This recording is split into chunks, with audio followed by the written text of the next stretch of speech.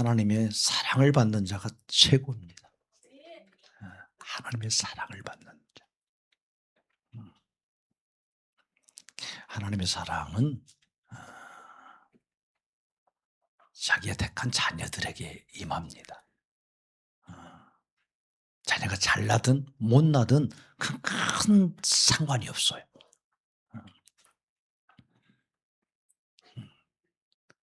거듭나게 하신 분이 하나님이시니까. 우리를 낳아주신 분이 하나님이시니까. 하나님의 사랑은 자기의 자녀들에게 있어요. 자녀들에게. 마치 세상 모든 사람들에게 있지 않습니다. 하나님의 관심 자기 자녀들에게 관심이 있어요. 많은 수많은 사람들이 있지만 부모는요 자기 자식에게 관심이 있지 다른 사람이 잘나든 못나든 그게 큰 문제되지 않아. 그것에 관심이 있지 않아. 내 자식에 대해서 관심이 있지.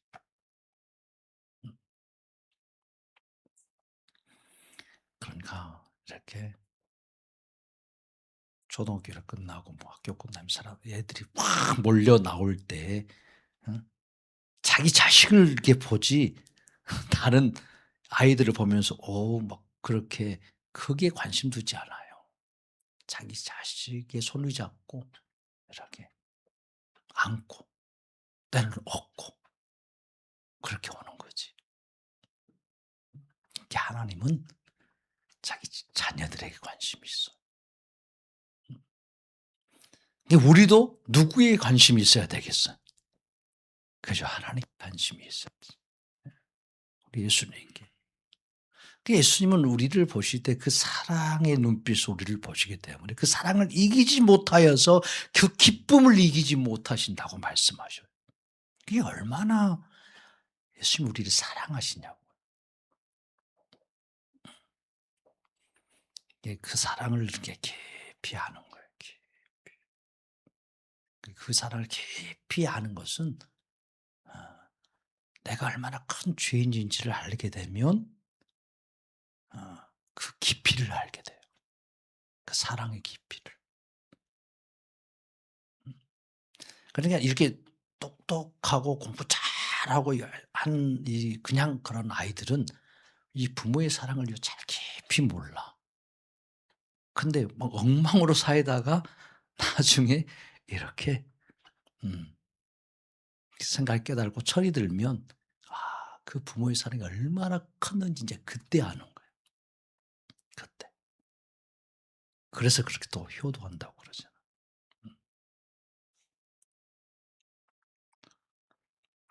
우리의 모든 인간은 다 그러는 거예요. 다.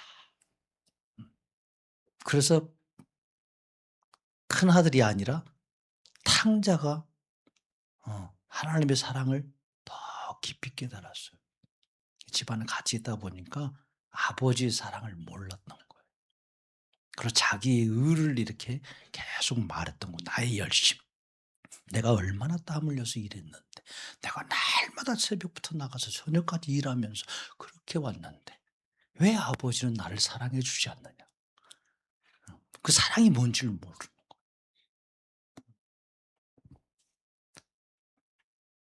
하나님의 사랑은 똑같이 이렇게 강하게 임하시는데 그 사랑을 느끼는 사람마다 다 다르는 거예요. 그래서 우리가 내가 그 하나님 앞에서 예수님 앞에서 얼마나 큰 죄인인지를 이렇게 깨닫게 되면 알게 되는 거예요. 그래서 다윗이 이제 그런 고백을 하죠. 다윗이 일을 아니할지라도 경건하다고 하시는 그 하나님. 일을 아니할지라도 경건하다고 하는 의롭다고 하시는 그 하나님을 믿는 자요. 그 하나님을 믿는 자. 이것을 의로 여기신다. 참 어려운 말일 수 있어요. 아니 어떻게 일을 하지 않았나.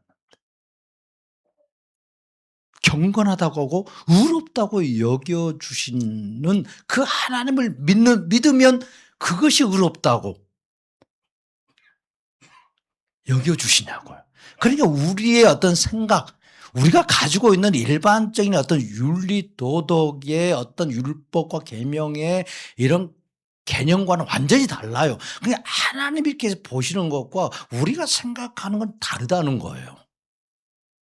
근데 우리는 보통 어떤 생각을 많이 하냐면 일반적인 종교 생활을 해요. 불교, 이슬람, 뭐 다른 어떤 샤머니즘 모든 어떤 종교 중에 하나가 기독교라고 생각해요. 그래서 그런 방식으로 하나님을 섬기는 거예요. 마치 불교인이 부처를 섬기듯이, 마치 이슬람이 그 하나님을 섬기듯이, 기독교인도 똑같이 그렇게 하나님을 섬긴다라는 거예요. 그러면 복을 받을 줄 알아요. 그게 종교가 어디에서부터 출발했는지조차 깊이 생각하지 않아요. 모든 종교는 인간으로부터 시작되었어요. 모든 종교는 누구로부터 출발되었다? 사람으로부터 출발되었어요. 사람이 만들어냈어요. 근데 기독교는요, 누구로부터 출발해요? 하나님으로부터 출발합니다. 예수님으로부터 출발해요. 인간으로부터 출발하지 않아요. 모든 종교는 인간으로부터 출발하기 때문에 누가 중요해? 사람이 중요한 거야. 내가 어떻게 하느냐가 중요해. 다 그래서 내가 열심히 착하게 살고 내가 열심히 율법과 계명을 지키고 내가 그렇게 살면 하늘이 뭐 해준다? 복을 준다. 다 그런 기복주의적 신앙이에요. 다. 모든 거. 근데 기독교는 뭐라고 말해? 뭐라고? 누가 중요해? 하나님이 중요해. 예수님이 중요해. 왜요? 인간은 어떤 존재이기 때문에? 타락했기 때문에. 타락했다는 것은 죽었다라는 거예요. 전혀 뭘 행할 수 없다. 의를 행할 수 없다. 전혀 선을 행할 수 없는 존재. 이게 규정이 되어 있어요. 모든 인간은 타락했기 때문에 의가 있다 없다? 없다. 의로운 자 있다 없다? 없어. 그러니까 누가 의롭다고 해 주어야 되는 거야. 그렇죠. 하나님이 의롭다고 해 주셔야 비로소 의롭다고 인정을 받는 거예요. 내가 의롭지 못한데 그분이 의롭다고 해 주시면 돼요. 근데 마음대로, 여창수 마음대로 뭐가 근거가 있어야 되는 거. 근거. 그 근거가 누구예요? 예수님이에요. 예수님이 이 땅에 오셔서 그 허물과 죄악을 다 깨뜨려 의가 하나도 없는 그 죄악을 다 짊어주시고 대신 죽으시는 거예요.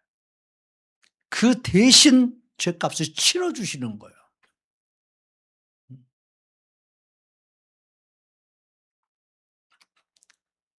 그래서 예수의 공로입니다. 예수의 공로요. 내 공로 없습니다. 지금 내가 사는 것도 누구의 은혜로 산다고. 그래서 지금 내가 사는 것도 누구의 생명으로 산다고? 예수의 생명으로. 그래서 내가 그리스도와 함께 십자가에 못 박혀 죽었나니 이제는 내가 사는 것이 아니요. 누가 산다고? 내 안에 누가? 예수님이 살아요. 그러니까 내가 사는 걸로 내가 내 생명으로 천국 가는 거 아니에요. 누구의 생명으로 천국 가는 거예요? 예수의 생명으로 천국 가요. 그러니까 나의 생명, 나의 실체, 나는 여전히 무슨 존재? 죄인이에요. 이것을 구별을 못하는 거예요. 내가 예수 믿었으니까 나는 이제 어떤 존재? 선한 존재가 되었다고 착각해버리는 거예요. 그래서 내가 선을 행할 수 있는 존재라고 그렇게 생각해요.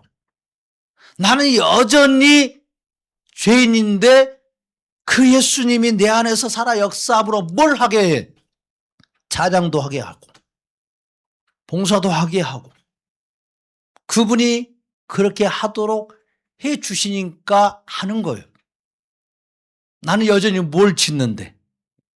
죄를 짓는데. 이런 이중적인 이 삶 속에서 우리가 살기 때문에 굉장히 이게 혼란스러울 수 있어요.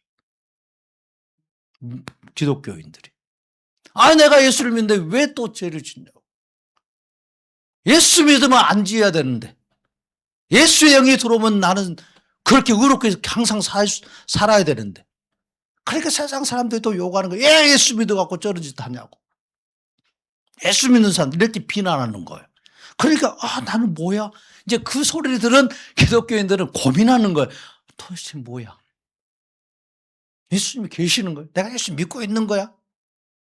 왜 이렇게 안 변하지? 그러다 보니까 위선이 생기는 거예요. 외식을 하는 거예요. 마치 그런 것처럼. 내가 마치 의로운 자처럼, 마치 깨끗한 자처럼. 그렇게 살려고 하니까 또 어때? 이게 힘든 거예요. 스트레스 받는 거예요. 우리는 예수님 앞에 하나님 앞에서 이 우리의 죄의 정체성은 죄인의 정체성을 분명하게 고백할 수 있어야 됩니다.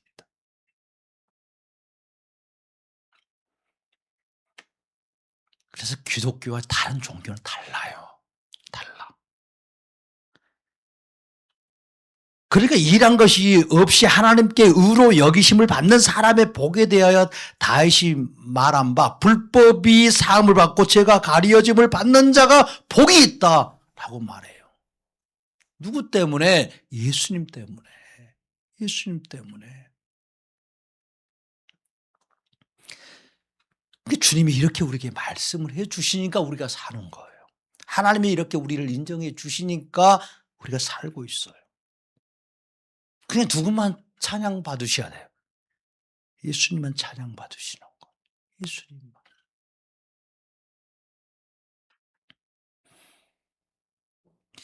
참, 왜 갑자기 또 이런 말씀을 하시게 하시는지. 뭐 준비한 말씀도 아닌데. 오늘 말씀이에요. 오늘 말씀. 열왕기상 18장 21절. 너희가 어느 때까지 둘 사이에서 머뭇머뭇하려느냐.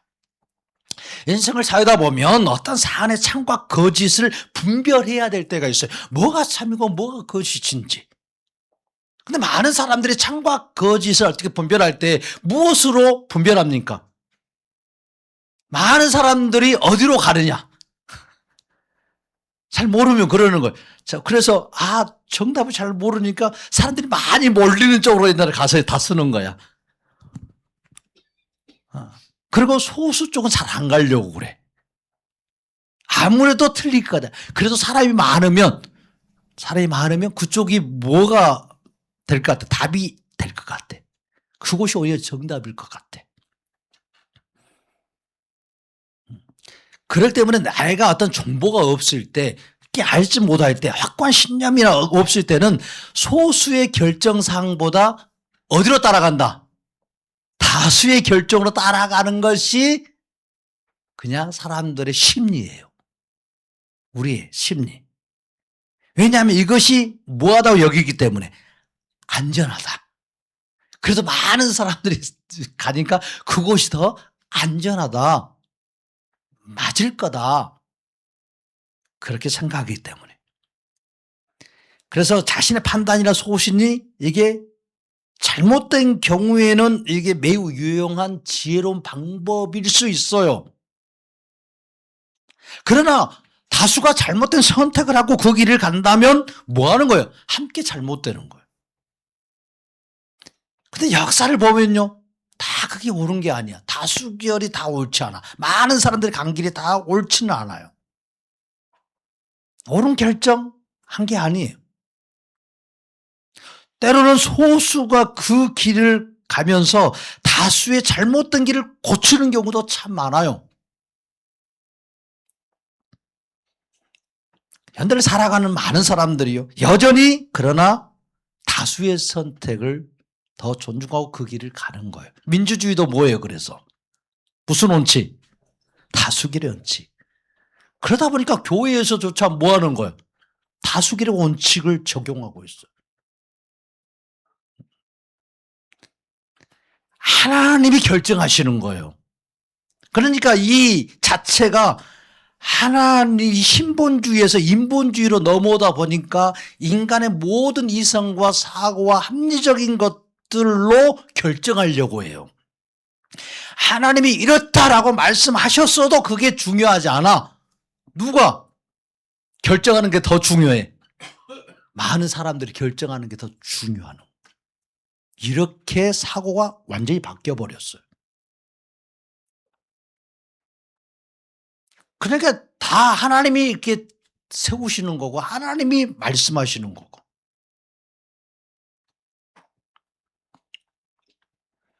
근데 인간들은 그래요. 여전히 다수의 선택을 아무런 저항 없이 그냥 받아들이는 거예요.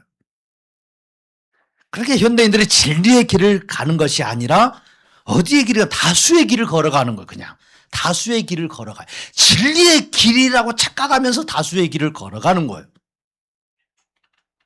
사람들 주변을 살피면서 인생을 살아가는데 진리를 살피지 않아요. 다수를 살피지.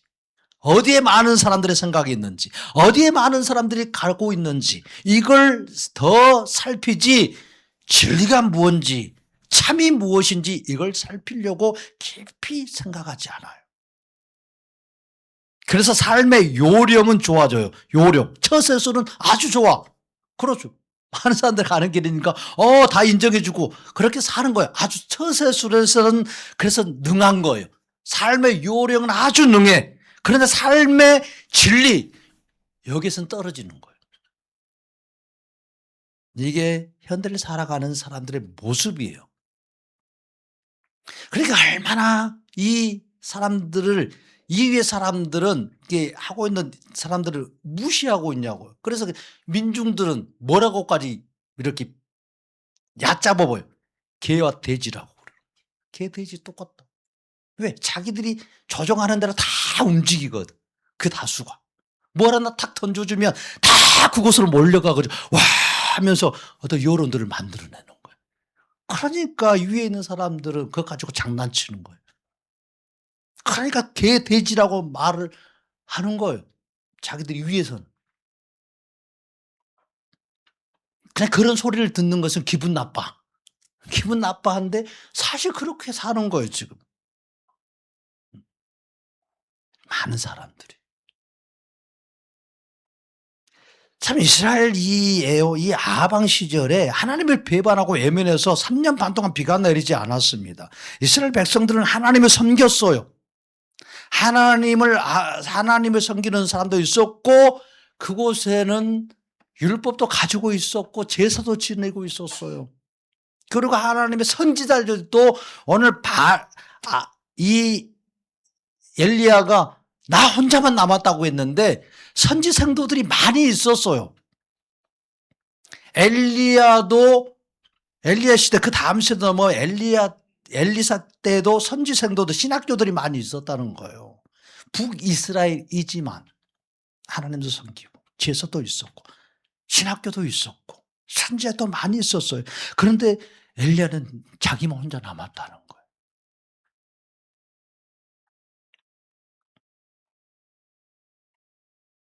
왜요? 그렇게 하나님 섬기면서 바알과 아세라도 같이 섬겼기 때문에. 하나님이 그 죄로 인하여서 별로 그 땅에 비를 내리지 않았어요. 엘리야가 말한 대로. 그러나 이스라엘 백성들이 회개하지 않고 우상에서 돌이키지 않고 하나님께 돌아오지 않습니다. 계속해서 바알과 아세라를 섬겨요. 하나님을 섬겨요. 이렇게 안식일에 가가지고 제사도 드리고 하는데 또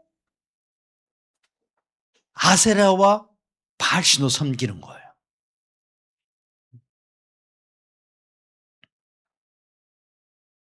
그리고 아합이요. 거의 모든 이 또 선지자들을 하나님을 믿는 선지자들을 다 죽이는 거예요. 이세벨의 어떤 꼬임에 넘어서 그런 정치적인 어떤 계략들로 인해서 결국 하나님을 이렇게 믿는 교회를 성전들을 무너뜨리고 산당들을 없애고 선지자들을 죽이는 이런 일들이 계속 벌어지고 있었어요. 그렇게 많은 사람들은 어디로 가겠어요? 백성들은. 당연히 바알과 아세라 쪽으로 더 많이 갈 수밖에 없어요. 아, 하나님은 안 계시는가 보구나. 음. 더 힘센 사람들이 바알과 아세라구나. 그런데 이런 상황에서 지금 하나님이 엘리야에게 갈멜산에 가서 대결을 하라는 거죠. 진짜 하나님이 누구냐는 거예요. 진짜 하나님이 누구냐. 참 하나님이 그런 일을 할 이유가 없으시잖아요. 하나님이 그냥 다 벌 내리시면 되는 거예요. 그 민족 다 없애시면 돼. 그 백성들 다 없앨 수도 있어요. 왜? 참신이시니까. 근데 무슨 대결을 하라고 하냐고. 갈멜산에 와서. 그래서 엘리야 한 사람과 바알 선지자 450명, 아세라 선지자 400명, 850명이 이렇게 마주하고 이 도엘하고 대결을 하려고 하는 거예요. 무슨 대결? 참신이 누구냐? 그래서 그 대결의 제목이 뭐였어요? 불을 내리는 거예요. 불을 내리는 거. 그러면서 엘리야가 백성들에게 뭐라고 말하냐면 오늘 21절에 모든 백성에게 가까이 나아가 이르되 너희가 어느 때까지 둘 사이에서 머뭇머뭇하냐는 거예요. 그들은 머뭇머뭇 안 하고 있다고 여겼어요. 뭐 우리가 열심히 그래도 하나님 잘 섬기고 제사 드리고 성당에 가서 이렇게 제사도 열심히 드리고 또 말씀도 듣고 예배도 드리고 그러는데 뭘 분별하느냐고. 너나 잘하라고. 다 죽었다고. 엘리야가 하나님만이 참 신이라고 지금 백성들에게 하나님에게 돌아오라고 지금 말하고 있어요. 바알과 아세라를 그만 섬기라고 간절히 애타게 말하고 있어요. 혼자 그러고 있어. 많은 그 땅의 사람들은 다 바알과 아세라를 섬기고 그를 하나님이라고 여기고 있는데 하나님이라고. 그게 바알과 아세라도 누구라고 여겼어요? 하나님이라고 여겼어요. 하나님. 바알의 하나님, 아세라의 하나님. 그리고 엘리야가 섬기는 하나님은 누구 하나님? 여호와 하나님이었어요. 여호와 하나님. 그 이름이 있어요. 하나님의 이름들이 다. 그래서 여호와 하나님이 참신이냐, 바알과 아세라의 하나님이 참신이냐. 그러니까 여호와 하나님이 이게 진짜 신 아닌 거야, 사람들이. 왜? 다수가 다 바알과 아세라의 선지도 많고 많은 이 백성들이 다 그걸 섬기고 있어. 그게 소수가 누가 돼버렸어? 여호와 하나님을 섬기는 자가 되었어요. 그렇게 이렇게 다수와 이렇게 대결하면 누가 이기겠어? 그냥 확률적으로 따지면 다수가 이기는 거야. 다수가. 소수가 이길 수가 없어. 확률적으로 따지면 다윗과 골리앗 누가 이겨? 골리앗이 이겨. 모든 사람들의 생각은 다윗과 골리앗이 싸우면 누가 이길까? 자, 골리앗 편, 다윗 편 하면 다 어디로 갈 것 같아? 여러분들 어디로 갈 것 같아? 정직하시네. 다 골리앗 편으로 가지 누가 다윗 편 가냐고. 응? 그렇지. 혜민이하고 나하고 싸면 누가 이길 것 같아? 어? 내가 이긴다고 생각하는 사람 쓰고 이쪽 쓰라 하면 거기다가 1억씩 걸고 한 다음에 어디로 살까 할 것 같아? 복싱으로. 누구한테 돈 걸릴 거야, 여러분들? 자, 혜민이한테 걸 사람. 엄마도 안 걸어.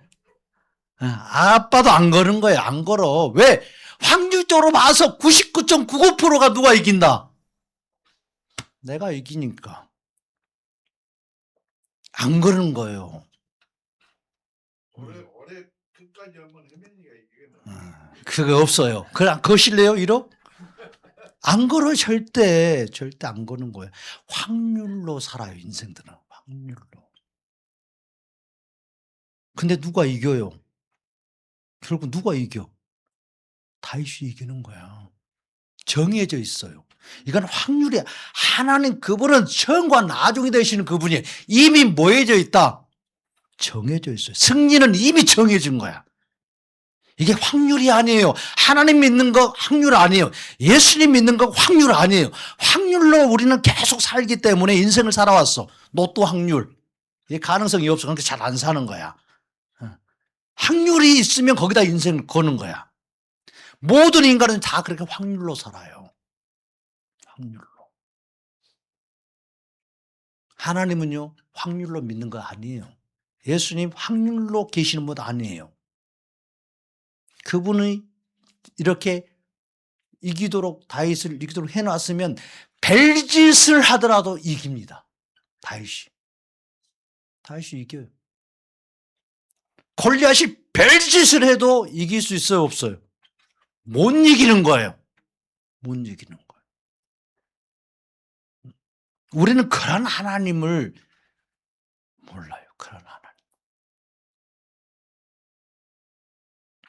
그러니까 다수 앞에서 이게 질 수밖에 없어. 이렇게 대결하면. 왜 하나님은 엘리야 혼자만 이렇게 보내시고 좀 다른 사람도 좀 붙어다가 좀 이렇게 숫자가 좀 비슷비슷하게 좀 싸우도록 하지. 왜 다른 사람들도 있고 생존도 있는데 이렇게 혼자만 세우냐고요.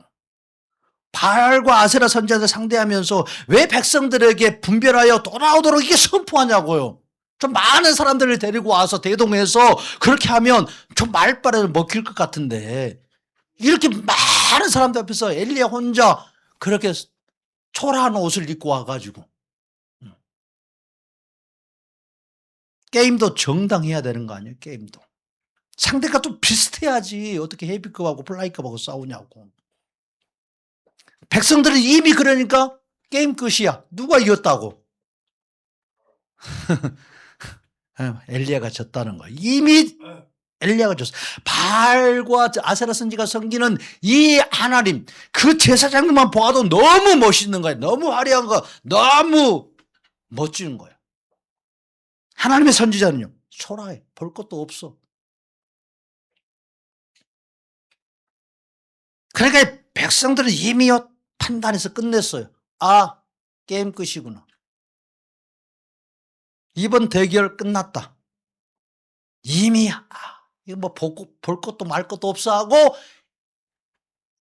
바알과 아세라 승, 엘리야 패 하고 다 그냥 내려온 자들도 있었어. 볼 것 말 것도 없다고.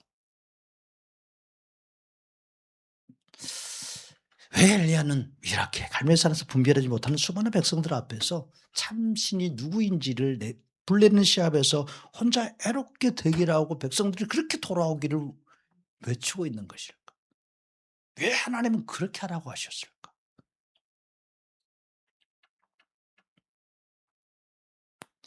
하나님이 이렇게 인간을 만드셨을 때 인간은 뭘 이렇게 처음 만들었을 때 배워서 태어나가지고 공부해가지고 뭘 지식을 쌓는 게 아니었어요. 젖 먹고 이렇게 자라고 그리고 학교 다녀서 이 세상의 지식, 이치, 이걸 법, 이걸 배우면서 이렇게 자라지 않았어요. 이미 성인으로 태어난 거죠. 하나님이 성인으로 만들었어요. 아기로 만들지 않았어요. 그리고 이미 이렇게 창조하셨을 때에 그 모든 기본적인 선 지식들을 다 집어넣었어. 다 넣어놓았어요. 여러분들이 이렇게 젊은 사람들 그러죠. 노트북 사면 그 안에 다 OS가 들어가 있어. 다 탑재되어 있어. 이미.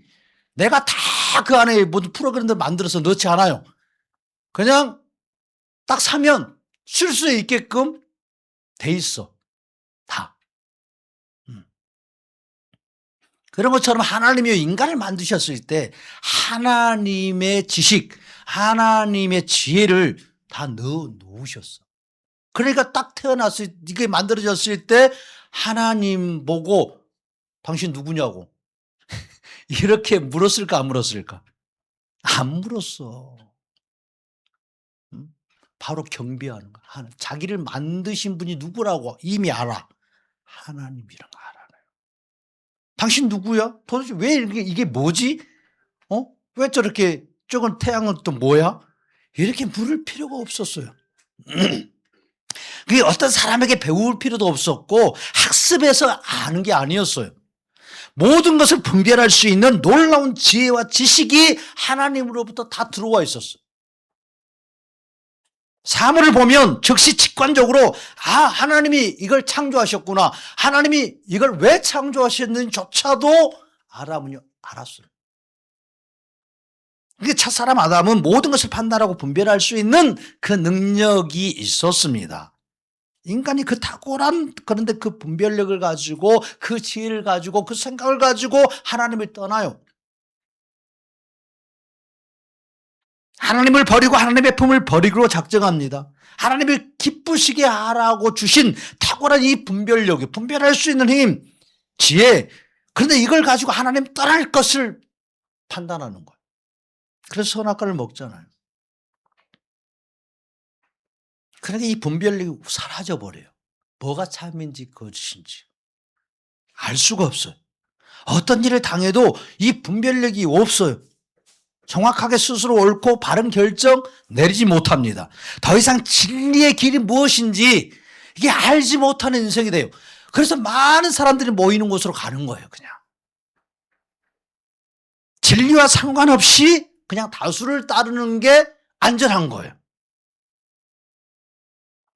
그러니까 아벨의 길을 따르는 게 아니라 셋의 그 길을 따르는 것이 아니라 가인의 후손의 길을 따르는 것이 더 좋은 거예요. 많은 사람들이 그 길로 걸어가니까. 진리와 상관없이 다수를 따르고 주변을 따르고 상황을 따르는 것, 이게 안전하다. 내 생명을 지켜줄 수 있다. 틀려도 다수를 따르면 다 같이 죽으니까 더 낫다. 심지어 이렇게까지 생각하는 거예요. 불의를 당해도 다수를 따르고 불행을 당해도 그래서 다수편에 서려고 하는 거예요. 이게 타락한 인간의 모습입니다. 타락한 인간은 결국 다수를 따라서 지옥으로 들어가는 거예요. 지옥으로. 많은 큰 길로 간다고 그러잖아요. 큰 길로. 큰 길은 많은 사람들이 가는 길이지 좁은 길은 많은 사람들이 가려고 해도 못 가는 길이야. 그 길은. 예수님이 얼마나 길고 협착해서 찾는 이가 적어. 그 길은 이렇게 좁아. 잘못했다 낭떠러에 떨어질 것 같아. 누가 가겠냐고. 넓은 길을 가지. 이게 다수길을 간다는 말이에요. 오늘 엘리야가 갈멜산에서 올라서 온 발과 아세라 신들과 대결하죠. 많은 숫자 앞에서요. 엘리야가 그렇게 대결해요. 엘리야가 무슨 강심장이어서 450대, 800대 1로 대결하겠냐고. 무슨 강심장이겠어요. 엘리야가 원래 뭐 탁월한 기백이 있었겠어요. 용감한 장수처럼 뭐 그렇게 생겼겠어요. 얼마나 그 마음이 그렇게 심장이 이렇게 담력이 없었으면 아합이 자기를 죽이려고 한다는 소리 듣고 3년 동안 도망 다녔어. 피해 다녔어. 숨어 다녔어. 그게 무슨 뭐 담대한 기백 있는 그런 멋진 남자냐고. 한번 붙자 하고 그냥 죽으면 죽으리다 나가야 되는데 3년 동안 도망 다녔다니까. 쥐새끼처럼 숨어서. 안 잡혀야 돼. 잡히면 죽을 수 있으니까. 그런 엘리야가 그 백성들 앞에서 800명의 그 선지자들 앞에서 자기 혼자 지금 서서 대결한다고 하는 거, 이게 엘리야에게서 나온 일이겠냐고요. 엘리야에게서 자기가 하고 싶어서 하는 일이겠냐고. 그러니까 엘리야가 갈멜산에서 수백 명의 바알 선지자들과 그 많은 백성들이 그 바알과 아세라 쪽에 다 서 있었어요. 엘리야 쪽에 선 사람이 없었어요. 혼자 서 있었어요. 그런데 엘리야가 담대하게 불을 내리는 이 대결을 한다라고 설 수 있었던 것은 엘리야에게서 나온 힘이 아니었어요. 바로 엘리야와 함께 계시는, 엘리야를 불어서 선지자로 세우신 그 예수님이 엘리야와 함께 하셨고 엘리야의 마음과 그 몸을 붙잡아 주시고 이끌어 주셨기 때문에 그 갈멜산에 서 있었습니다.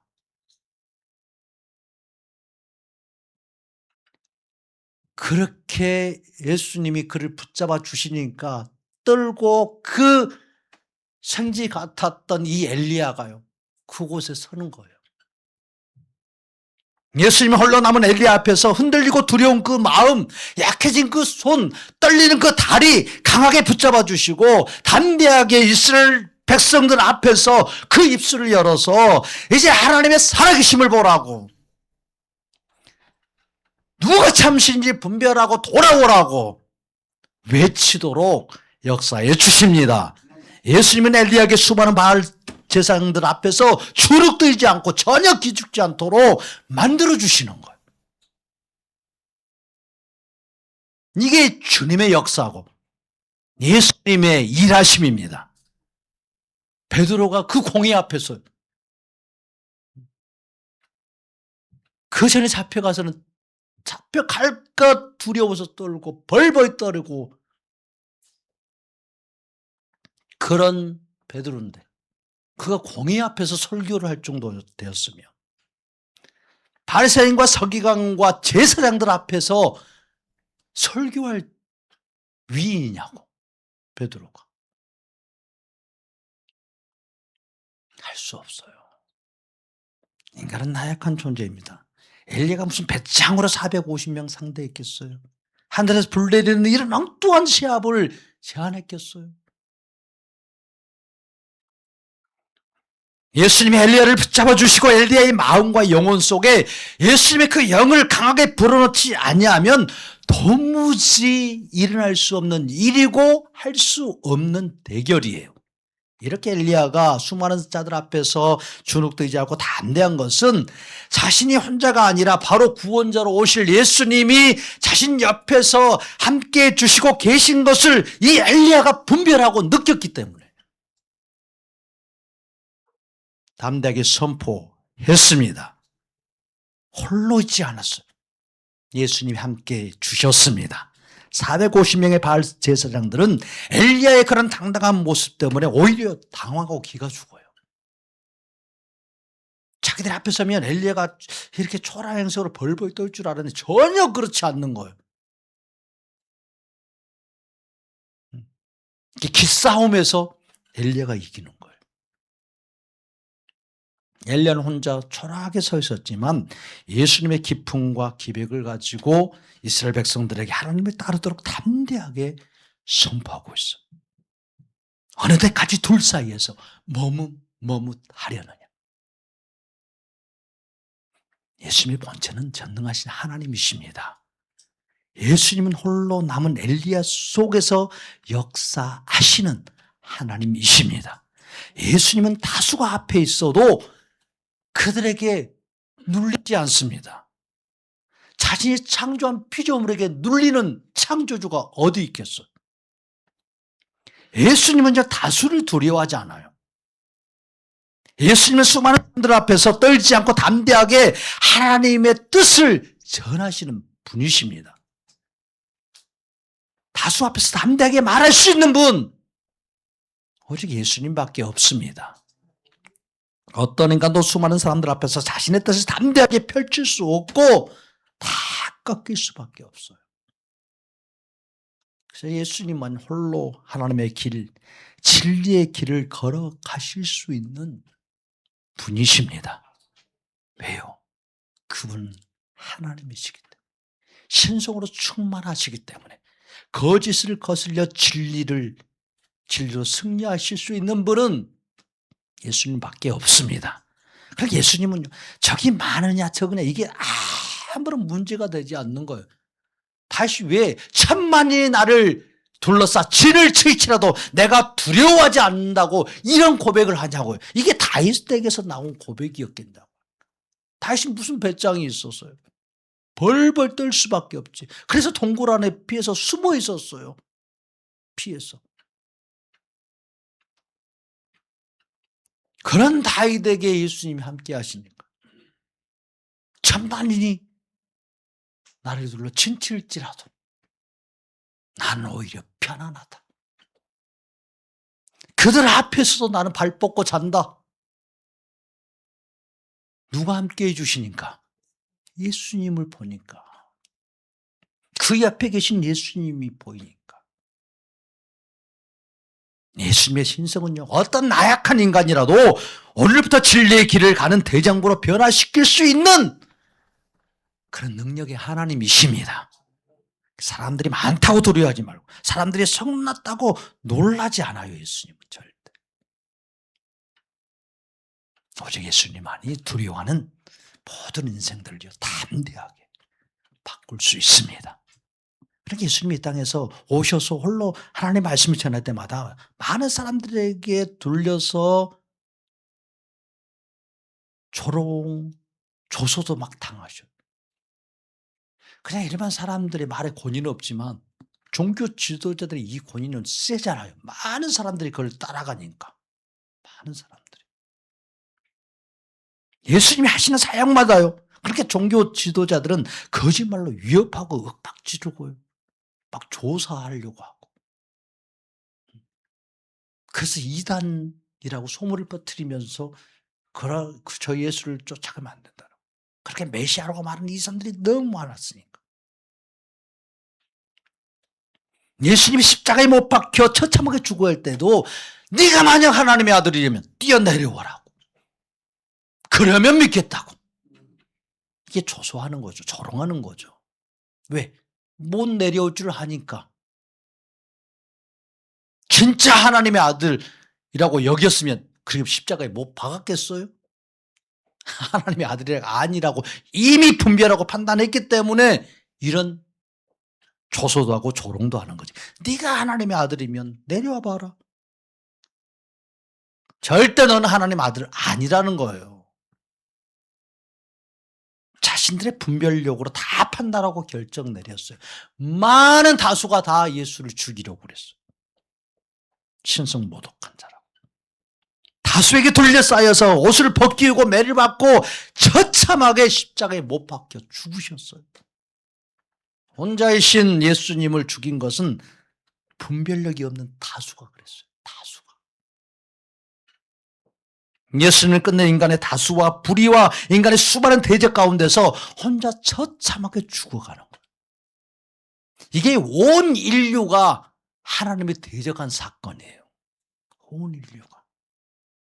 온 인류가 똘똘 뭉쳐서 다수로 하나님을 대적한 사건. 그러니까 예수님이 죽을 때 겁에 질려서 분별을 잃은 제자들도 다 도망가잖아요. 그렇게 3년 동안 쫓아다니던. 죽을 때까지 쫓아가겠다고. 그렇게 맹세했던 자 다 도망가는 거예요. 다. 왜? 예수님이 초라한 모습으로 늘 혼자 말씀하셨기 때문에 인간들은 예수님이 잘못되었다라고. 저렇게 죽는 건 저 예수가 잘못됐구나. 진리가 아니구나. 이렇게 생각한 것. 예수님의 애모, 누추한 옷 때문에 또 그가 죽는 것 때문에 힘없이 죽어가는 모습 때문에 그를 높이는 자는 아무도 없었어. 다수의 유대인들은 그래서 다수의 법칙과 만장일치로 혼자 대신 예수님을 처참하게 죽이는 거예요. 예수님이 2000년을 이 땅에 오셔서요. 수많은 사람들이 하나님께로 돌아오라고 말씀합니다. 너희 속에 하나님의 사랑이 없다라고 말씀하셨어요. 예수님이 홀로 초림하셨잖아요. 혼자 오셨어요. 천사들 막 동원해가지고 군대 이끌고 오지 않았어요. 예수님이 땅에 오실 때 그분 홀로 오셨어요. 이 땅에 인간으로 오실 때 이 땅에 혼자 오셨어요. 하늘의 비서도, 하늘의 천군 천사도, 군대도 데리고 오지 않았어요. 혼자 이 땅에 오셔서 홀로 진리를 말씀하시고 홀로 진리의 길을 걸어 다니시고 말씀하셨던 이 성경에서 말씀하셨던 그대로 이 진리대로 그분은 사셨어요. 유대 땅에 오신다고 해서 유대 땅에 오셨고 아브라함 불러서 그 땅을 걸어 다니면서 이 땅에 와서 내가 이렇게 걸을 거라고 아브라함에게 네가 돈과 성으로 해서 다 돌아다녀 보라고 그렇게 말씀하신 것처럼 예수님이 그 땅에 오셔서 그렇게 돌아다니셨다.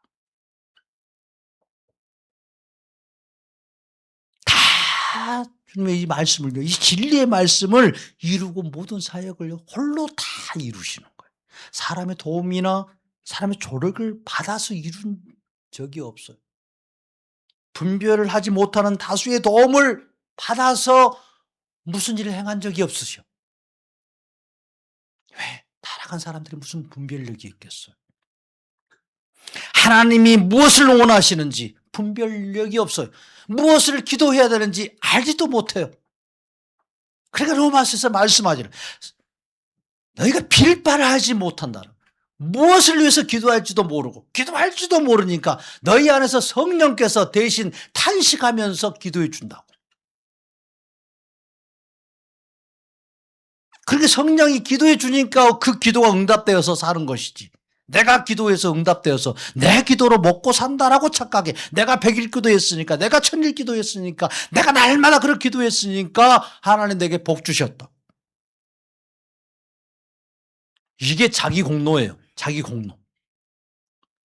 우리는 합한 것 기도하고 있었는데, 잘못된 것 기도하고 있었는데, 성령이 내 안에서 탄식하면서 그거 아니다. 하나님 그것 들어주지 마시고 이것 들어주세요. 그 하나님이 기도하셨다니까.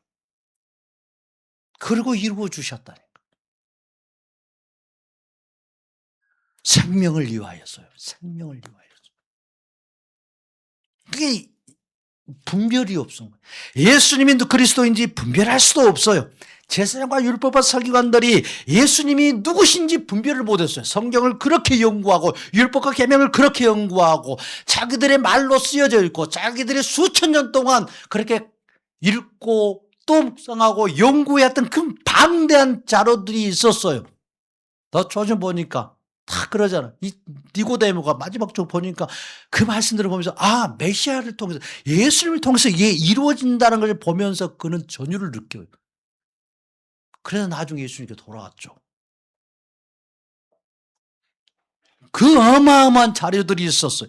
그런데 그 성경을 그렇게 연구하고 율법을 지킨다고 하고 제사를 다 드려도 그 하나님이신 그분이 어린 양으로 오셨을 때는 누구도 알아보지 못했어요. 누구도 예수를 인정하지 않았어요. 분별하지 못해요. 그래서 대제사장의 높은 위치와 권력으로 다수의 사내들인의 이 공예와 더불어서 진리를 선포하고 계시는 예수님을 핍박한 거예요. 진리 길을 걸어가신 예수님을요, 신성 모독하는 길을 걸어간다고 하면서 죽인 거예요. 다수결로 그냥 딱 해서.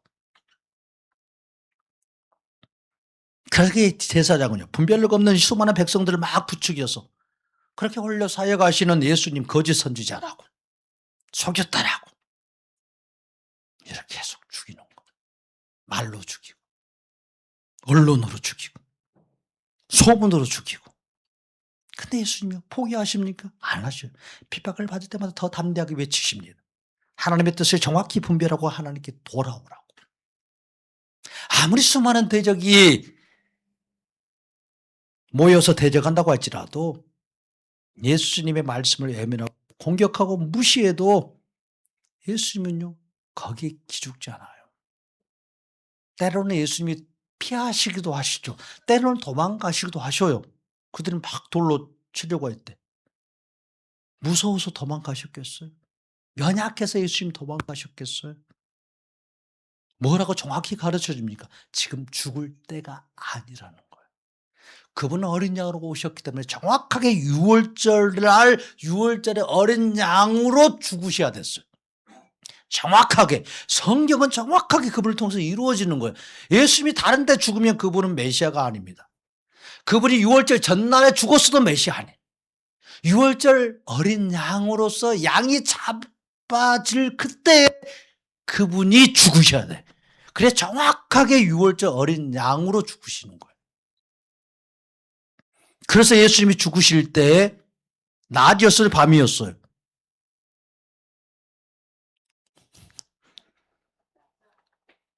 낮인데 밝았어요, 어두웠어요? 어두웠어요. 밤이 된 거예요. 밤처럼. 그러니까 사람들이 다 놀란 거예요. 왜 갑자기 이렇게 어두워지는 거야? 6월절 양을 잡으려고 했던 사람들이 다 그 때를 놓쳤어요, 그때. 저녁에 잡아야 되는 거고. 저녁에 먹어야 되는 거예요. 그래서 그 때를 놓쳤어요. 다 사람들이 유월절을 이렇게 준비하면서 이렇게 먹어야 되는데 어두워지는 거예요. 예수님이 그것부터 막 주고 유월절 어린 양으로 자신이 하나님 앞에 산 제물이 돼서 죽으시는 거예요. 성경은요 1.1획도 그래서 떨어지지 않는다고 말씀해요. 예수님이 다 만드시고 이루시는 거예요. 정확하게. 예수님이. 그래서 나는 율법을 이 성경을 완전케 하려고 하셨다고 그래요. 폐하러 온 것이 아니라 뭐하러 오셨다? 완전케 하려고 오셨다. 이게 이 말씀이 정확하다라는 것을 가르쳐 주려고 예수님 실제로 오셔서 다 이루시는 거예요. 다. 그래서 1.1획도 안 틀어졌어요. 1.1획.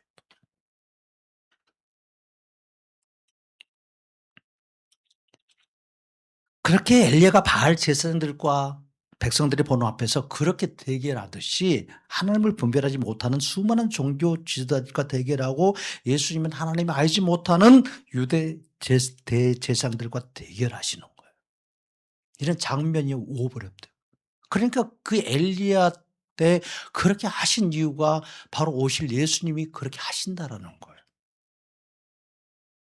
그 분별력 없는 백성들에게 하나님께 돌아오도록 예수님이 홀로 싸우시는 거예요. 이게 분별하고 판단하는 건요. 이게 다수로 되는 건 아닙니다. 숫자에 의해서 결정되면 안 돼요. 하나님은 그렇게 한 번도 행하신 일이 없어. 한 번도. 분별하고 판단하는 것은 숫자가 많든 적건 간에 선해야 됩니다. 옳아야 돼요. 진리의 결정이어야 돼요.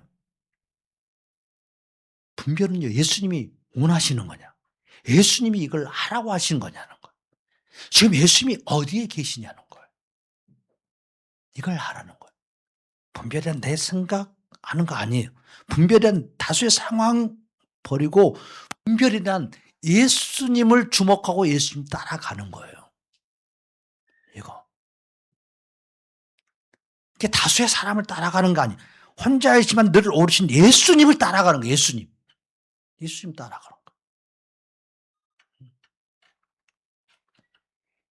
거예요. 오직한 길. 예수님을 따라갑시다. 예수님을 따라갑시다. 그 길은 한 길밖에 없어요. 예수님 따라가는 게 한 길밖에 없어. 인간들은 판단하기 어려울 때는 다수의 길을 따라가. 다수가 예수님 따르지 않고 세상의 쾌락을 따라 살면 쾌락을 따르지 않는 자가 바보야. 요령이 없는 거야. 지혜가 없는 것을 인식해. 이것이 인간의 타락한 분별력의 한계입니다. 예수님의 분별력이요. 아무리 소수의 길이라고 할지라도 옳은 길 가는 거예요. 오늘 찬양에서 옳은 길. 이게 예수의 길입니다. 진리의 길이요.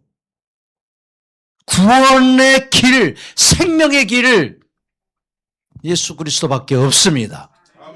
분별력은 나 혼자로 하는 거 아닙니다. 분별은 예수님이 해주시는 거예요. 분별은 나 혼자 하는 거 아니에요. 내가 생각하고 결정하는 거 아니에요. 예수님이 해주시는 거예요.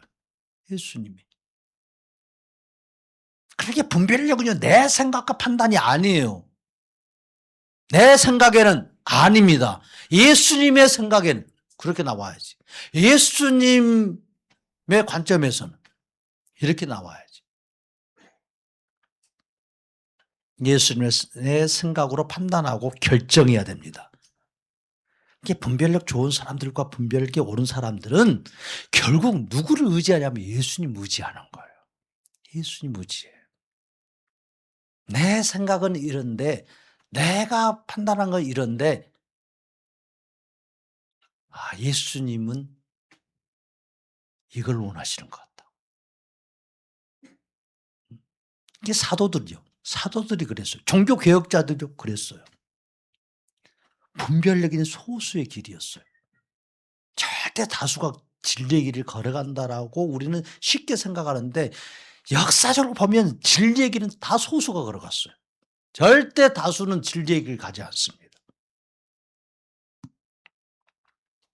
하나님이 주신 분별력으로 하나님 버리고 진리를 찾지 못하고 분별력 없이 살다가 영원한 지옥으로 들어가는 이 불쌍한 영혼들을 위해서 하나님 아버지께서 진리이신 예수 그리스도를 보내주셨어요. 진리는 한 분밖에 없습니다. 진리는 오직 예수 그리스도, 길과 진리와 생명이신 할렐루야. 아멘. 그 예수님을 보내주신 하나님 아버지의 사랑, 이 진리의 길을 가르쳐 주신.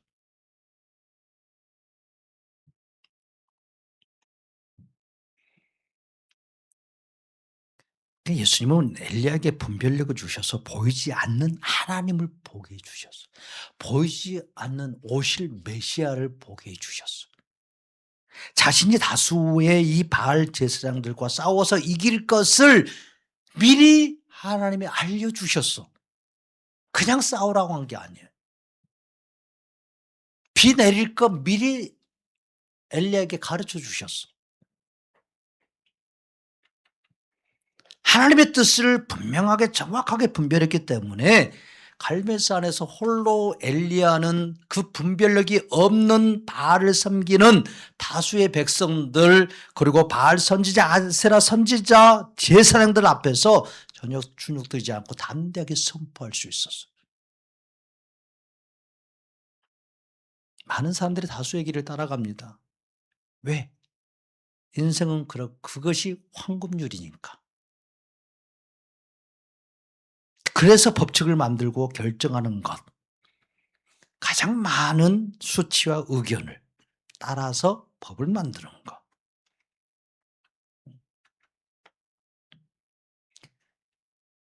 그러니까 예수님 따라가야 되는데 그냥 통계적 황금률을 따라서 사는 거예요. 가장 안전한 길 같지만 가장 지옥으로 달려가는 길이에요. 가장 위험한 길. 그렇게 예수님은 모든 자들에게 다수의 황금률을 따라서 살라고 절대 말씀하지 않아요. 그렇게 인생은 분별력 없게 살지 말라고 말씀하셔요. 정확하게 예수님을 그래서 따라서 살라고 말씀해요. 나를 따르라고 해요. 세상의 많은 다수의 길을 따라간 것이 아니라 예수님을 따르라고 말씀해요. 예수님을. 나를 따라오너라. 그렇게 말씀하셔요. 나를 따르라. 말씀하셔요. 왜? 예수님은 절대 분별력이 없는 길을 걸어가지 않으신 진리의 길만 가시는 분이시니까. 아멘. 예수님을 따라서 분별력 있게 사는 자만이 그래서 천국 갈 수 있게 해줘. 그걸 따라가면 예수님 따라가면 저절로 어디 들어가? 저절로 천국 들어가. 안 들어가고 싶어서 들어가는 거예요. 그냥 거기는. 내가 들어가려고 애써도 못 들어가는 곳인데 그냥 예수님 따라가면 저절로 천국문 들어가는 거예요. 이제 예수님처럼 엘리야처럼 홀로 하나님의 뜻을 쫓아서 걸어가야 합니다. 세상에 인정해 주든 인정해 주지 않든 뭐 소수가 됐든 다수가 됐든 이게 중요한 문제가 아니에요. 오직 진리이신 예수님 쫓아가야 합니다. 예수님처럼 홀로 자신의 영혼과 마음을 지키는 자들, 엘리야처럼 예수로 홀로 자신의 영혼과 마음을 지키는 자들이 이 가정을 든든히 지킬 수 있고 교회를 지킬 수 있는 거고 자신의 인생을 지키는 지름길이 되는 거죠.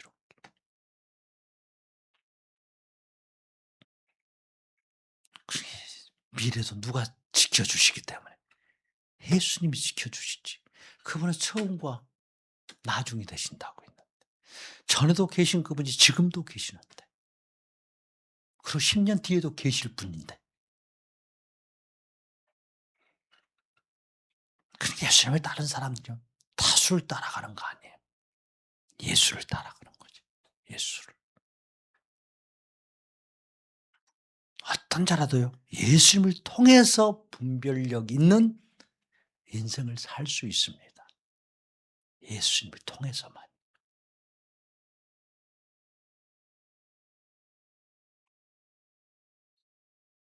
이게 선택할 수 있는 거예요. 인간들은. 다수를 따라 살 수도 있고 예수님을 따라 살 수도 있고. 어떤 삶을 살지 선택할 수 있습니다. 그런데 분별력 있는 길 예수님 다 이루어 놓으셨어요. 성도들은 많은 자들이 간다고 해서 막 그쪽으로 쏠려서 따라가는 자들이 되어서 안 돼요. 누구만 쫓아가는 거예요? 예수님만 쫓아가는 거예요. 예수님의 음성을 듣고 그냥 그 목자 되신 예수님을 그냥 쫓아가는 거예요. 이게 가장 멍청한 일인 것 같은데 가장 지혜로운 일이에요. 지혜로운 일이에요. 성도는 자신을 부르신 사람 목자 대신 예수님을 따라가는 그런 양이에요. 예수님처럼 아무리 숫자가 적고 심지어 혼자라고 할지라도 하나님이 원하시는 그 길을 정확히 분별하고 하나님이 원하시고 기뻐하시고 온전하신 뜻이 무엇인지를 정확히 분별할 수 있는 예수님 붙잡고 사는 자, 그가 바로 성도입니다. 성도예요. 예수님은 성도들이 홀로 불의와 대항할 때 절대로 그냥 막 보고 계시지 않아요. 엘리야를 도왔던 그 예수님이요. 다수 횡포의 제약 속에서도 엘리야처럼 그렇게 도와주시는 거예요. 그 영혼을 붙잡아 주시고 그 심령을 강하게 해주셔서. 승리하신 예수님이요. 이기신 그분이 이길 수 있도록 역사해 주십니다. 헤쳐나갈 수 있도록 역사해 주시는 거예요. 예수님의 심장을 주시기 때문에요. 예수님 심장을 가지고 바닥바닥 뛰면서 살게 해주시니까.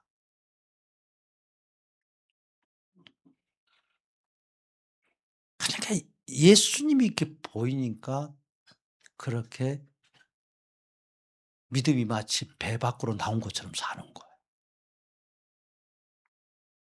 살아계신 하나님 볼 수 있도록 눈을 열어주셔서 이 세상에 어떤 대장부보다 더 용기 있는 자로 만들어주시는 거예요. 예수님의 능력입니다. 예수님은 하나님의 길을 가는 성도들에게 반드시 나타나시는 거예요. 반드시. 반드시. 반드시 옆에 계셔. 반드시 그 앞에 계시고 반드시 그 뒤에도 계시고. 그러니까 예수님이 때로는 그렇게 자기 사랑하는 자들의 호의 무사가 되어주시는 거예요. 호의 무사. 불성곽이 되어주신다고 하잖아요. 불성곽이.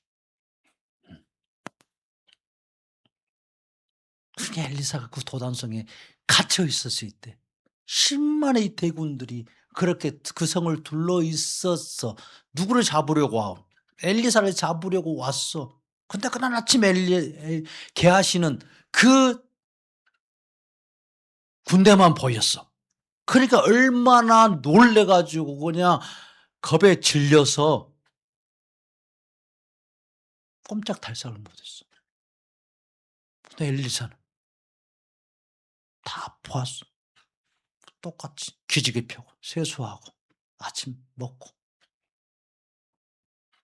왜요? 그 군대 앞에서 맡고 있는 하나님의 천군 천사를 보았기 때문에 오히려 평안했어요. 오히려 재밌는 일이 벌어진 거예요. 오히려 하나님이 어떻게 역사하실까 더 기대감이 생겼던 거예요. 겁먹지 않았어요. 그렇게 엘리사를 붙잡아 주셨다는 하나님, 그렇게 엘리야를 붙잡아 주시던 그 예수님, 원래 자기 사랑하는 성도들을 붙잡아 주십니다. 결국 다수는요, 성도를 이길 수가 없어요. 아무리 다수라고 진리는 결코 이길 수 없습니다. 결코 다수는 예수님 이기지 못합니다. 오직 예수님이 붙잡아 주신 성도만이 모든 것을 분별하고 항상 승리하는 삶을 살아갑니다. 이건 정해진 거예요. 정해진 거. 확률이 아니에요. 그럴 수도 있다 저럴 수도 있다 아니에요. 다윗과 골리앗 싸움 이미 정해져 있었어요. 이미 하나님이 그렇게 정해 놓으셨어. 다윗이 열심히 물맷돌을 돌려서 골리앗을 이긴 게 아니에요. 그럼 무식한 소리는 이제 그만해야 돼. 아무리 연습한다고 해도 그 확률은 100%될 수 없어요. 아무리 연습한다고 해도. 그건 그것 가지고 절대 못 이겨요. 확률적으로도. 그러니까 정확하게 얘기하는 거예요. 이 예수님 그 성경은 정확히 써져 있어요. 그가 물맷돌로 나아가는 것이 아니라 누구의 이름으로 나아간다고. 만군의 여호와 이름으로 나아간다고. 그러니까 그 골리앗을 쓰러뜨리는 그 능력, 그 전술이 누구였냐라는 거예요. 예수님이요. 여호와의 이름. 물맷돌로 나아갔다고 말하지 않아요. 왜 물맷돌 얘기를 하냐고요. 그가 다윗이 싸우러 나간 것은 오직 여호와의, 너는 칼과 단창으로 내게 오거니와 나는 만군의 여호와의 이름으로 나아가노라. 아멘. 그런 거예요. 물맷돌로 나간다 소리 하지 않아요. 물맷돌로 나갔으면 이겼겠어요? 졌지, 당연히. 그러니까 그렇게 말해도 주님이 역사하시는 거예요. 그래서 많은 사람들 앞에서 여호와의 이름이 승리를 주시는구나. 여호와의 이름, 여호와 그분이 승리를 주시는구나. 이걸 정확하게 인식시켜 줬어요.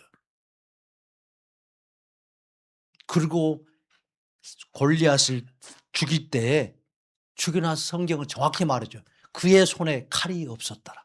다윗 손에 칼이 없었다고 얘기해요. 정확히 그의 손에 누가 있었다?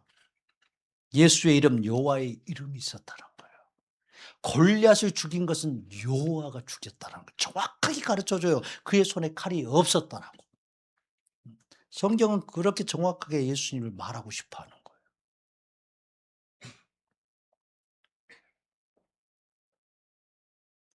하나님의 길을 걸어갈 때 예수님은 엘리야처럼 예수님의 심정을 주시는 거예요. 예수님의 패기도 주시고 용기도 주시고 혼자서 아무것도 감당할 수 없을 때 예수님이 성도 옆에 서서 함께 해주시고 많은 수를 보는 것이 아니라 살아계신 그 예수님을 볼 수 있도록 눈을 열어주셔서 용기 있는 자로 만들어 주십니다. 그렇게 사람들이 예수님을 선포해야 합니다. 오직 예수님께 붙잡히고 진리에 붙잡힌 성도만이 모든 것을 분별하고 항상 이기는 삶을 살 수 있습니다. 마르틴 루터는요, 종교개혁 때 모든 천주교가 잘못된 길을 걸어가고 있었어요. 모든 천주교가. 그런데 홀로 95개조 방반문을 붙여요. 천주교의 이 교리가 이게 틀렸다, 이게 잘못됐다, 이건 아니다 라고 95개조 반박문이 이거에 대해서 답해보라고. 그리고 그 비텐베르크 성당 앞에다가 그 반박문을 딱 붙이는 거예요. 그 천주교 사제들이 수만 명이 넘는데 인간 자신의 공로로 구원받지 못하고 오직 예수의 은혜로 구원받는다라고 하는 이 중심된 이 반박문을 홀로 거기다 딱 붙이는 거예요. 이게 무슨 루터에게서 나왔겠냐고. 루터 힘이 있겠냐고. 자신은 무슨 기백이었겠냐고. 얼마가 루터가 그런 사람 아니었어요.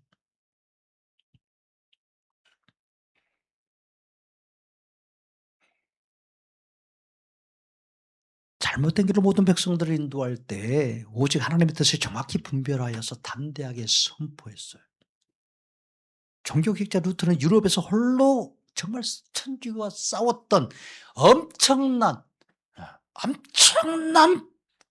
큰 세력이었던, 감히 이건 이 우리나라 뭐 정치 세력과는 달라요. 세계를 지배하고 있었던 천주교였으니까. 그런데 루터가 그거 싸운 거예요. 계란에 바위치기 한 거예요. 딱 그 말이 맞아요. 근데 그렇게 그런 루터를 통해서 예수님이 천주교에서 올바른 예수 공로를 말한 다시 기독교를 회복시키시는 거예요. 초대교회처럼 회복시켜 주시는 거예요.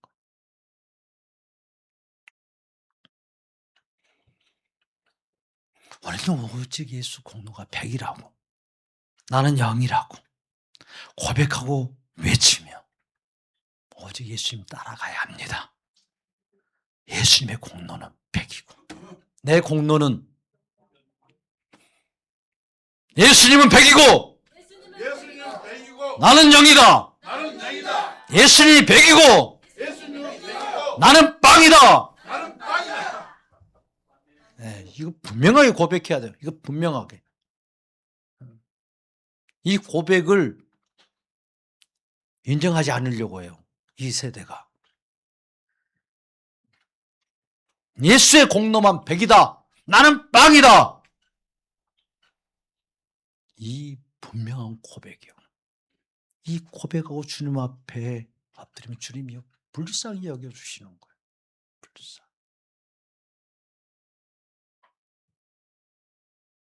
그래서 외치는 거예요. 오직 예수. 오직 예수. 오직 예수. 오직 예수. 예수. 할렐루야. 아멘. 할 때는 패기 있게 손을 들고 아멘. 담대하게 아멘. 다시 오직 예수. 예수. 할렐루야. 아멘. 아멘. 이렇게 70세가 되고 80세가 돼도 주님이 힘 주시면 뛰어다녀요. 뛰어다녀. 그러니까 우리의 이 체력으로 사는 게 아니에요. 우리의 생명으로 사는 거 아니에요. 여호수아 갈렙 85세 전쟁터에 나갔어요. 전쟁터. 그러니까 내가 그냥 예수 오직 예수 외치다 나 그냥 죽을란다 이렇게 포기하면 주님이 힘 주시는 거예요. 그래요. 죽고자 하면 산다. 살고자 하면 죽는다. 이 말 누가 했다고?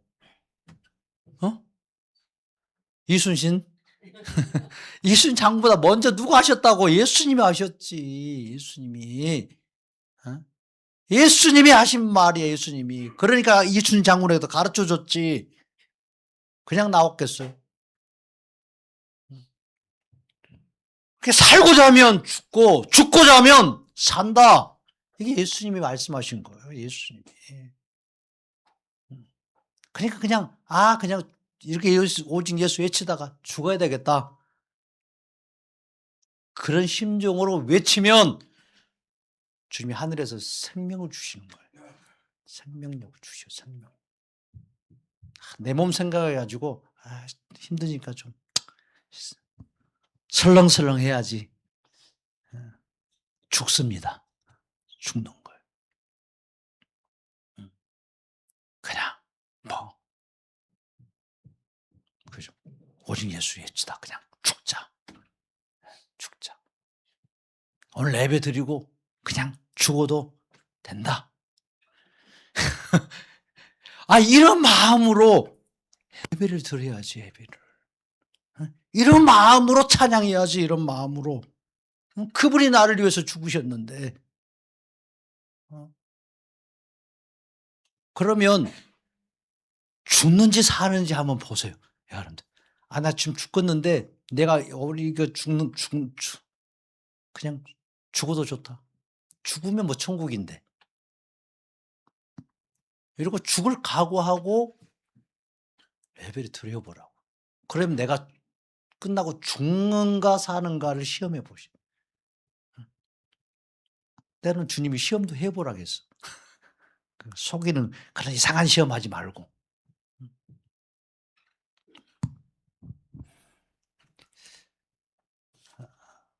그러니까 정말 우리는 그런 예수님, 우리의 어떤 상식을 뛰어넘어서 일하시는 예수님,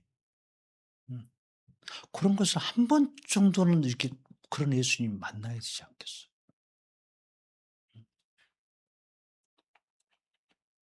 우리는 예수님 믿는 게 말씀드렸죠. 확률로 믿는 거 아니에요. 그러면 확률로 계시는 분 아니에요. 있을 수도 있고 없을 수도 있어. 이런 분 아니에요. 예? 확률로 계시는 분 아니에요. 살아계십니다. 살아계셔.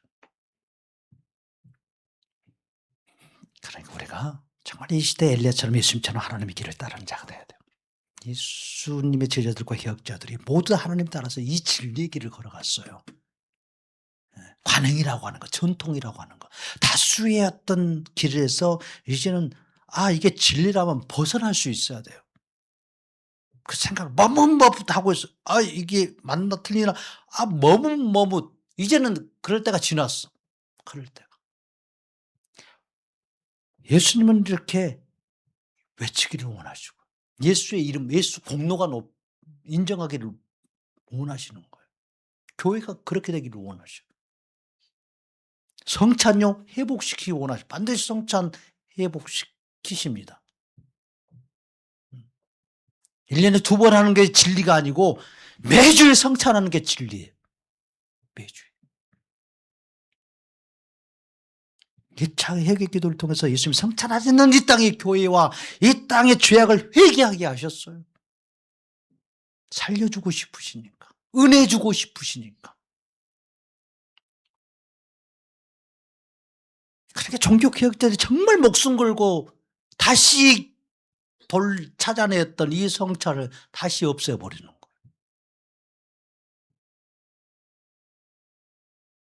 유월절 어린 양으로서 죽으시고 우리의 허물과 죄악을 다 짊어지고 우리의 죄를 사해 주셨다는 이 놀라운 사랑의 은혜의 이 확증, 이걸 기억하고 예수 공로 찬양하라고 우리에게 다시 주신 이 성찬을 주신 그 예수님의 이 마음이요,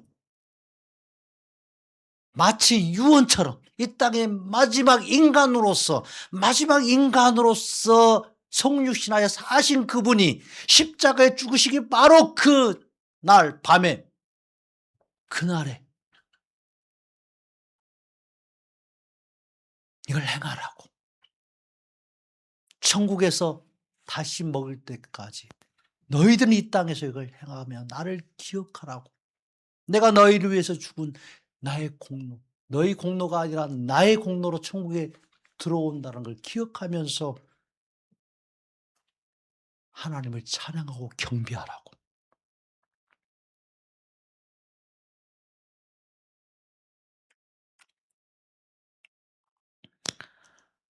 우리는 예수님의 뜻을 분별해야 돼요. 예수님의 뜻을. 우리는 그래서 성경 로마서 12장 말에 이 세대를 본받지 말라고. 이 세대를 본받지 말라. 그러니까 이 세대를 본받지 말라는 거예요. 그래서 오직 마음을 새롭게 함으로 예수로 변화를 받아 하나님의 기뻐하시고 온전하신 뜻이 무엇인지 분별해라. 예수를 붙잡으라고. 예수를.